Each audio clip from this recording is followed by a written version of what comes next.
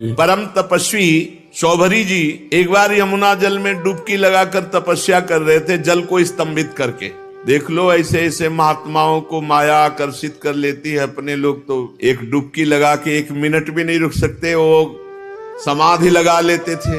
जल को स्तंभित कर दिया और थल की तरह बैठे समाधिस्थ। महाराज शौभरी जी ने देखा कि एक मत्स्य मछली से क्रीड़ा कर रहा है, मैथुन। उनके हृदय में आया कि ये मैथुन में तो सुख है, तभी तो एक छोटा सा जीव इतना आनंदित हो रहा है, तो मुझे ये सुख चाहिए। अब महान तपस्या के धनी शौभरी जी के मन में विवाह करने की इच्छा जग उठी। सीधे राजा मानधाता के पास गए। महल में 50 राजकुमारियां थी।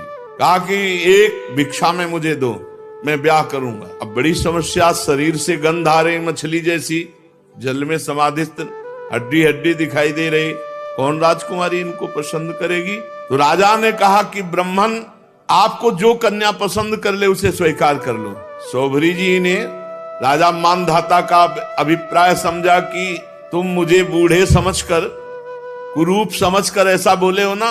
झुर्रियां पड़ गई, बाल पक गए, सिर कंपायमान है, तो सोच रहे होगे कि शौभरी को कौन वरण करेगा। तो अब मैं ऐसा रूप धारण करूंगा कि तुम्हारी 50 की 50 झगड़ा करके हमसे ब्याह करेंगे। राजा से कहा तुम आदेश दो अपनी राजकुमारियों को कि शौभरी जी महल में पधार रहे हैं, जो पसंद करे वरण कर ले पति के रूप में। अब तो ऐसा सुंदर रूप संकल्प से बना, तपस्वी महापुरुषों के लिए क्या दुर्लभ।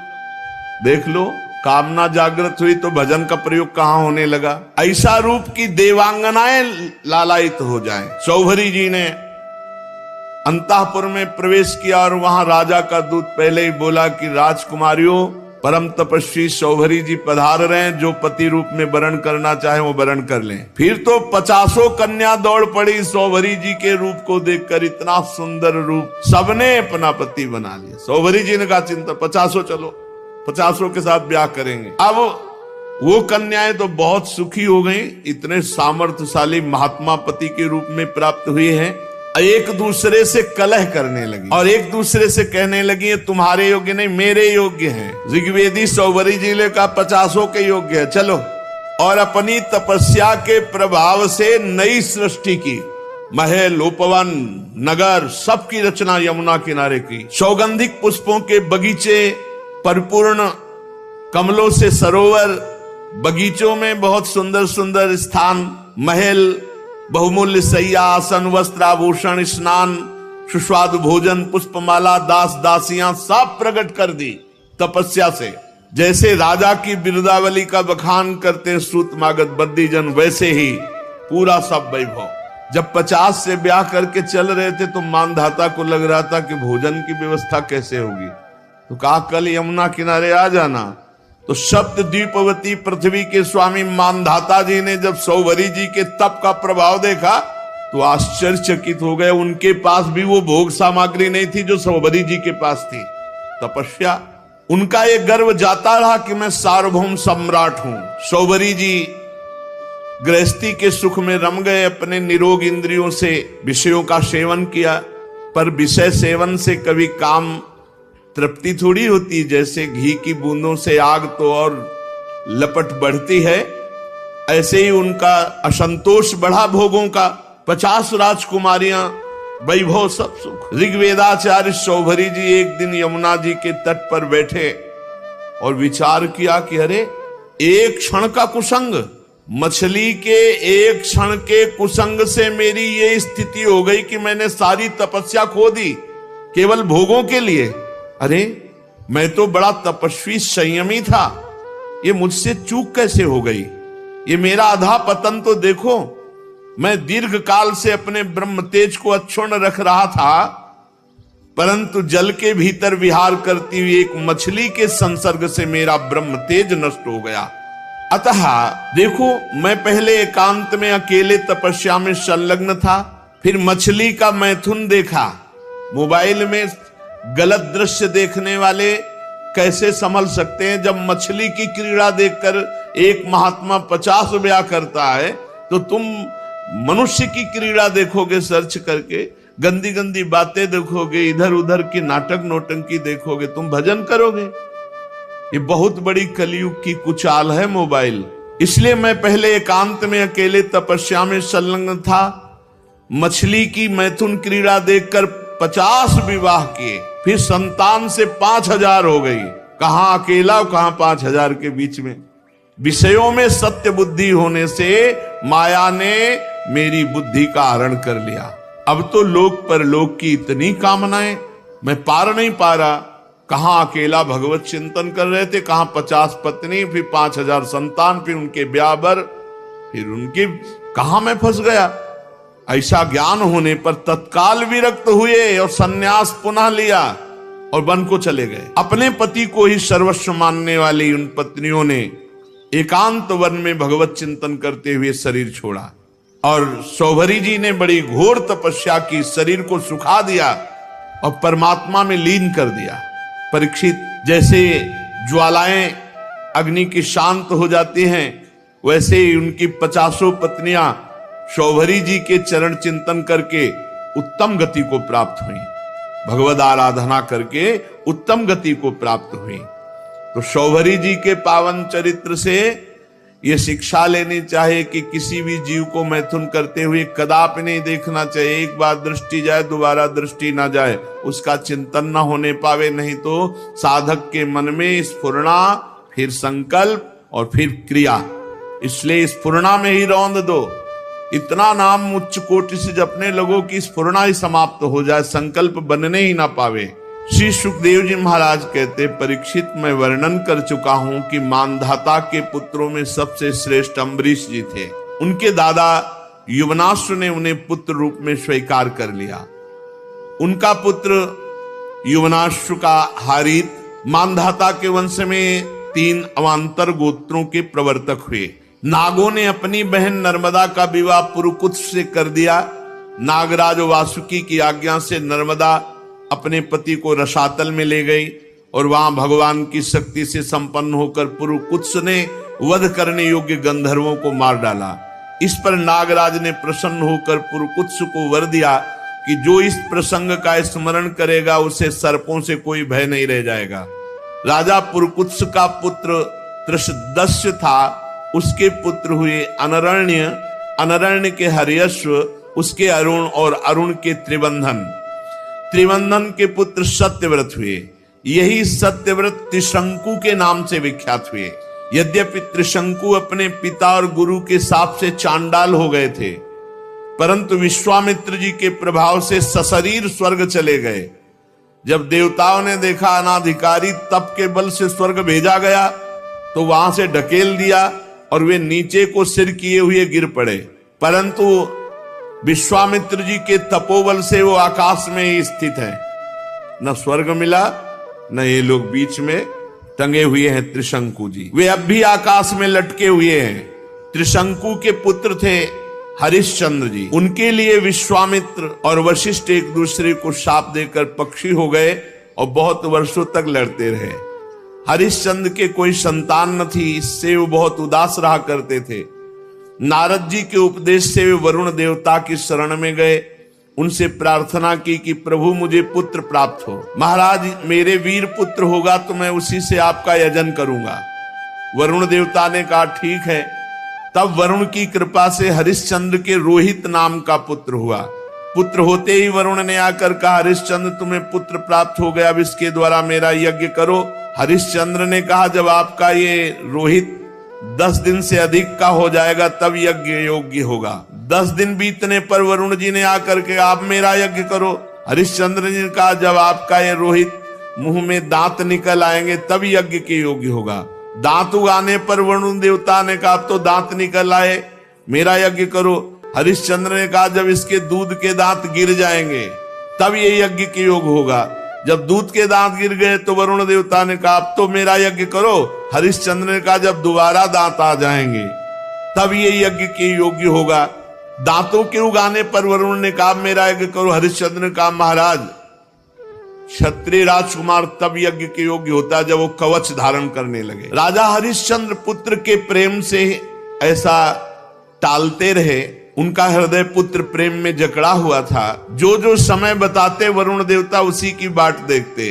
जब रोहित कुंवर को इस बात का पता चला कि पिताजी तो मेरा बलिदान करना चाहते हैं, तो अपने प्राणों की रक्षा के लिए हाथ में धनुष लेकर वन में चले गए। कुछ दिन के बाद उन्हें मालूम हुआ कि वरुण देवता ने रुष्ट होकर मेरे पिताजी पर आक्रमण किया है, जिसके कारण वे महोदर रोग से पीड़ित हो रहे। तब रोहित अपने नगर की ओर चल पड़ा, परंतु इंद्र ने आकर उसे रोक दिया। कहा, बेटा रोहित, यज्ञ पशु बनकर मरने की अपेक्षा है पवित्र तीर्थ और क्षेत्रों का सेवन करते हुए पृथ्वी में विचरण करना। इंद्र की बात मानकर वो 1 वर्ष तक और वन में ही रहे। इस प्रकार दूसरे, तीसरे, चौथे और 5वें वर्ष जहां जाने का विचार करते तो इंद्र देवता कोई न कोई रूप रख कर आते और उसे रोक देते। 6 वर्ष तक रोहित वन में ही रहे। 7वें वर्ष जब वो अपने नगर को लौटने लगे तो उसने अजीगर्त से उनके मंझले पुत्र शुनासेप को मोल ले लिया और उसे यज्ञ पशु बनाने के लिए अपने पिता को सौंपकर उनके चरणों में नमस्कार किया। तब परम यशस्वी श्रेष्ठ चरित्र वाले राजा हरिश्चंद्र ने महोदर रोग से छूटकर पुरुषमेध यज्ञ के द्वारा वरुण आदि देवताओं का यजन किया। उस यज्ञ में विश्वामित्र जी होता हुए, परम संयमी जमदग्नि जी ने अध्वर्यु का काम किया, वशिष्ठ जी ब्रह्मा बने, अयास्य मुनि सामगान करने वाले उद्गाता बने। उस समय इंद्र ने प्रसन्न होकर हरिश्चंद्र को एक सोने का रथ दिया।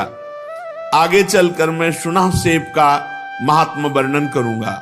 हरिश्चंद्र को अपनी पत्नी के साथ सत्य में दृढ़ता पूर्वक स्थित देकर विश्वामित्र जी बहुत प्रसन्न हुए। विश्वामित्र जी ने बड़ी कठोर परीक्षा ली हरिश्चंद्र। एक दिन महाराज हरिश्चंद्र जी अपने राज्य के वन में भ्रमण कर रहे थे तो आवाज आई कुछ स्त्रियों की, रक्षा करो, रक्षा करो। महाराज हरिश्चंद्र ने विचार किया कि हमारे राज्य में कोई व्यभिचारी तो है नहीं जो ऐसा कर सके। उनके राज्य में कोई ऐसा नहीं था। बहुत कठोर शासन हरिश्चंद्र जी का। ये अयोध्या के चक्रवर्ती सम्राट थे, धर्मात्मा, प्रजापालक, दानवीर, भगवत भक्त और धर्मनिष्ठा का ऐसा प्रभाव कि इनके राज्य में कोई किसी माता बहन की तरफ गंदी दृष्टि से भी नहीं देख सकता था। इसीलिए उनके राज्य में किसी की अकाल मृत्यु नहीं होती, किसी को रोग नहीं होता। पूर्ववासियों में बड़ी धर्म की रुचि थी। तो जब एक दिन जंगल में शिकार खेलने गए तो वहां कुछ स्त्रियां पुकार रही थी और कह रही थी, हमें बचाओ, हमें बचाओ। राजा ने शिकार खेलना छोड़कर उनके समीप गए और कहा, डरो मत, हमारे राज्य में ऐसा दुष्ट बुद्धि वाला तो कोई है ही नहीं जो इस अन्याय करके किसी स्त्री को ऐसे, डरो मत। तो शांत हो गई। पास में देखा विश्वामित्र जी खड़े थे और वो स्त्रियां और कोई नहीं थी, विद्याएं थी जो अपने तपोबल से समस्त विद्याओं को अधीन विश्वामित्र जी कर रहे थे। मूर्तिमती विद्या स्त्री होकर क्रंदन कर रही थी और विश्वामित्र जी उन्हें अधीन कर रहे थे। जब उन्होंने कहा ऐसा कोई दुष्ट बुद्धि वाला हमारे राज्य में है ही नहीं, कौन है जो तुम्हें सता रहा है? तो विश्वामित्र जी ने कहा, सता तो हम रहे तो दुष्ट बुद्धि के हम हुए। और भारी क्रोध आ गया। जो ही क्रोध आया सो तप में क्रोध आना हानि का विषय, विद्याएं सब अंतर ध्यान हो गई। विश्वामित्र जी ने कहा, इतना तप करने के बाद मैंने अपने क्रोध को संभाला था और विद्याओं को अधीन किया, तुमने मुक्त करा दिया, तुम बड़े दयालु हो। गुस्सा में कहा। हरिश्चंद्र जी ने हाथ जोड़कर विनय पूर्वक कहा, मुनि, मैं राज्य धर्म का पालन कर रहा हूं। राजा का कर्तव्य है, यदि कोई अनाथ, कोई शरणागत किसी भी तरह सताया जाता है तो उसकी रक्षा करना कर्तव्य है। अच्छा, तो फिर मेरी भी रक्षा करो, मेरी इच्छा अनुसार दान करो। राजा ने कहा, आदेश कीजिए। तो उन्होंने कहा, इस समय तुम्हारे पास क्या है? घोड़ा, खजाने की चाबी, दो। दान ले लिया और कहा, दक्षिणा में हमें प्रचुर स्वर्ण चाहिए। कहा, दिया। ठीक, चलो दक्षिणा दो। तो उनका खजाने तो पहुंचे। बोले, मिथ्यावादी, जब खजाने की चाबी दे दी तो खजाना तेरा कैसे? हाँ, ये बात तो है। और घोड़ा दे दिया तो जहां तक घोड़े की टाप गई सारा राज्य मेरा। बहुत दानी बनता है, बहुत उदार बनता है, विद्याओं की रक्षा करेगा तू, अब दे। तो उनका, महाराज चिंता मत करो, हमारे राज्य में तो हमको कोई खरीदेगा नहीं और वो राज्य अब आपका हो चुका है। इसलिए राजा ने विचार किया कि सभी शास्त्र पुराण कहते हैं काशीपुरी भगवान शंकर के त्रिशूल पर बसी है और उसके अधिपति देवाधिदेव महादेव हैं, अतः वो परम दिव्यपुरी में चल करके अपने आप को बेचना चाहिए और जो बेचने से स्वर्ण मिले वो दक्षिणा में देना चाहिए। जो अभी चक्रवर्ती सम्राट थे, विश्वामित्र जी ने नंगे पैर निकाला राज्य से और जाओ बिको और दक्षिणा दो। अब परम सुकुमारी रानी शेव्या, पुत्र रोहित काशी को चल पड़े। मार्ग में मुनि ने एक माया रची कि राजा रानी और रोहित तीनों को अत्यंत प्यास लगी, बहुत सुंदर जल की, मीठे जल की सृष्टि की, और आप बैठ गए ब्राह्मण के वेश में और कहा आओ पानी पी लो।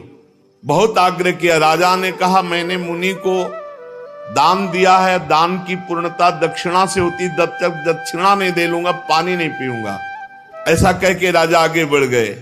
ब्राह्मण ने रानी और रोहित कुंवर से भी कहा कि जल पी लो। उन्होंने कहा नहीं, हम धर्मात्मा राजा की संतान हैं, हम उनकी पत्नी हैं, जब तक राजा अपनी दक्षिणा नहीं दे देते तब तक हम पानी नहीं पिएंगे। ब्राह्मण ने कहा झूठ, राजा तो जल पी गए, तुम लोग क्यों जल नहीं पियोगे? तो उन्होंने कहा कि वो परम स्वतंत्र हैं, वो पी सकते हैं, लेकिन जब तक वो मुझे आदेश नहीं करेंगे मैं नहीं पीऊंगा। और झूठ बोला था कि वो पी गए। विश्वामित्र जी ने परीक्षा ली थी, बड़े प्रसन्न हुए और कहा जाओ जिस कार्य के लिए जा रहे हो। 1 महीने की अवधि मांगी थी, 1 दिन शेष रह गया। अब यहां अयोध्या से काशी पैदल चल के जाना। विश्वामित्र जी ने कहा कि अगर तुमने हमारी दक्षिणा नहीं दी और समय पूरा हो गया तो मैं तुम्हें शाप दे दूंगा। आज का अंतिम दिन है। हरिश्चंद्र ने मुनि को प्रणाम किया और कहा अभी आधा दिन शेष है, अभी आप कुछ मत बोलिएगा, प्रयास करते हैं कोई मुझे खरीद ले। आपने इतने दिन प्रतीक्षा की और कर लीजिए, आधा दिन की ही तो बात है। मुनि अंतर्धान हो गए। राजा ने अपने बेचने का निश्चय करके पुकारा। साध्वी रानी ने कहा महाराज अगर आप बिक जाएंगे तो मैं और पुत्र। तो उन्होंने कहा देखो धर्म के लिए सब कुछ बलिदान है, अगर पूरी दक्षिणा नहीं पड़ी तो आपको भी बेच दूंगा, पुत्र को भी बेच दूंगा, अपने आप को बेच दूंगा। पति की ऐसी अवस्था देख करके रानी बहुत अंदर से विकल हुई। उधर विश्वामित्र जी की कड़ी चेतावना, तो चित्त में दुख है और गदगद कंठ से पुकार कोई मुझे खरीद ले। तो एक वृद्ध ब्राह्मणी के वेश में 500 स्वर्ण मुद्राएं देकर के रानी को खरीदा। रानी ने उस ब्राह्मणी से प्रार्थना की कि यथाशक्ति मैं घर की पूरी सेवा करूंगी, कभी इंकार नहीं करूंगी। मेरी 3 बातें आपको माननी होंगी। मैं कभी किसी पुरुष से संभाषण नहीं करूंगी, एकांत में नहीं मिलूंगी, किसी का जूठा नहीं खाऊंगी, और सेवा के अतिरिक्त मैं एकांतवास करूंगी, मेरे समीप कोई नहीं आना चाहिए। स्वीकार कर लिया। अब राजा के सामने ही रानी बिक गई। अब पुत्र को अंचल पकड़कर मां के संग जाते देख करके पहले तो बहुत हटाया, जब नहीं हटा तब कुछ स्वर्ण मुद्राएं देकर पुत्र को भी साथ में खरीद लिया। राजा अत्यंत दुख से व्यथित कि कहां राजकुमार और महारानी कैसे रहती थी, आज बिक करके सेवा में। विश्वामित्र जी याद हमके राजा ने प्राप्त धन कि हमने पुत्र और पत्नी बेच दिया, ये लीजिए। तो उनका शेष पूरा कौन करेगा? महाराज अभी मैं हूं ना, मैं अपने को आवाज लगाता हूं, कोई न कोई मिल ही जाएगा। तो उसी समय चांडाल खरीदने के लिए उपस्थित हुआ। विश्वामित्र जी की पूरी दक्षिणा दी। जब राजा को पता चला खरीदने वाला मेरे को चांडाल है, तो उन्होंने कहा विश्वामित्र जी आपकी शाप की अग्नि से जलकर मरना ठीक है, लेकिन इस चांडाल की अधीनता मैं स्वीकार नहीं कर सकता। विश्वामित्र जी समय खत्म हो रहा है, मुझे दक्षिणा चाहिए थी, वो मिल गई, अब तुमको चांडाल के अधीन होके रहना पड़ेगा। अब तो उसकी इच्छानुसार बनकर के दास सेवा करनी होगी। विश्वामित्र जी ने कहा 1 अरब स्वर्ण मुद्रा दी है, हरिश्चंद्र तुम्हारे को खरीद लिया इस चांडाल ने। बड़ी विडंबना, चक्रवर्ती सम्राट चांडाल के अधीन। उन्होंने कहा स्मशान में पहरा दो। रात्रि में स्मशान के पहरा में काम में लगा दिया। अब और दिन रात लाठी लिए हुए मरघट में सौदा करने वालों से कर वसूल करते।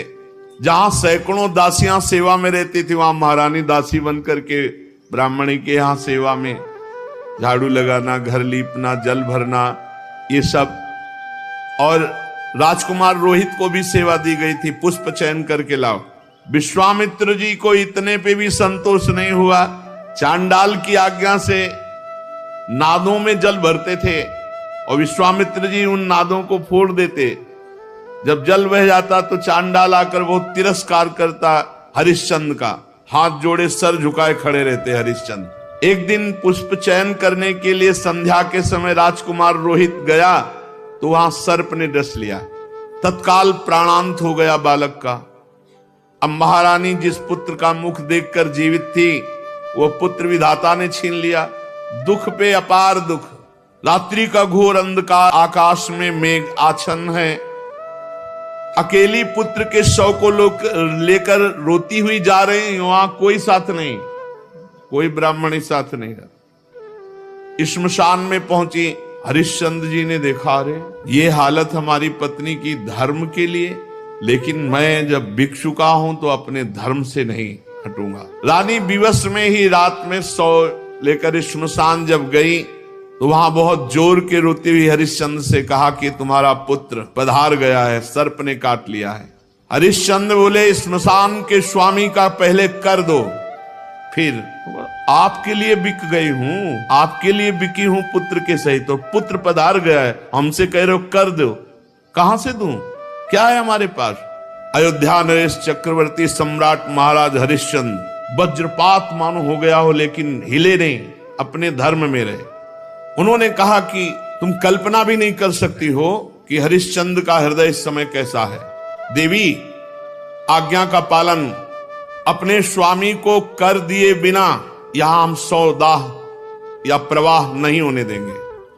तुम अपने धर्म का पालन करो और मैं अपने धर्म का पालन करूंगा। देखो, तुम तनिक भी डिगना नहीं, भारी से भारी संकट आने पर भी तुम अपने धर्म में स्थित रहना, धर्म तुम्हारी रक्षा कर लेगा।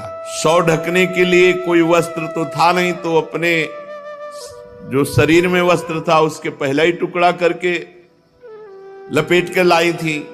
पतिव्रता ने दूसरा उसी कपड़े का जैसा हिस्सा फाड़ा और कहा कि ये कर के रूप में ले लो। जे ही उन्होंने लिया तो विश्वामित्र जी प्रकट हुए और कहा, आपने वो करके दिखाया, कोई मैं एक महात्मा के वचनों का पालन करने के लिए या धर्म के पालन के लिए इस तरह अपने जीवन को, राज्य को, परिवार को। उसी समय जो चांडाल ने खरीदा था वो प्रकट हुए और कहा, जानते हो मैं मूर्तिमान धर्म हूं, तुम्हें दास कौन बना सकता है। जो धर्मात्मा पुरुष है उसको किसी की त्रिभुवन में ताकत नहीं कि उसे दास बना सके। साक्षात धर्म, साक्षात धर्म ने ही चांडाल रूप होकर के खरीदा था। साक्षात अंबा अन्नपूर्णा ने ही, जो ब्राह्मणी के वेश में थी, वो कुंवर को और रानी को खरीदा था। देवराज इंद्र ने अमृत की वर्षा की, रोहित कुंवर जीवित हो गए।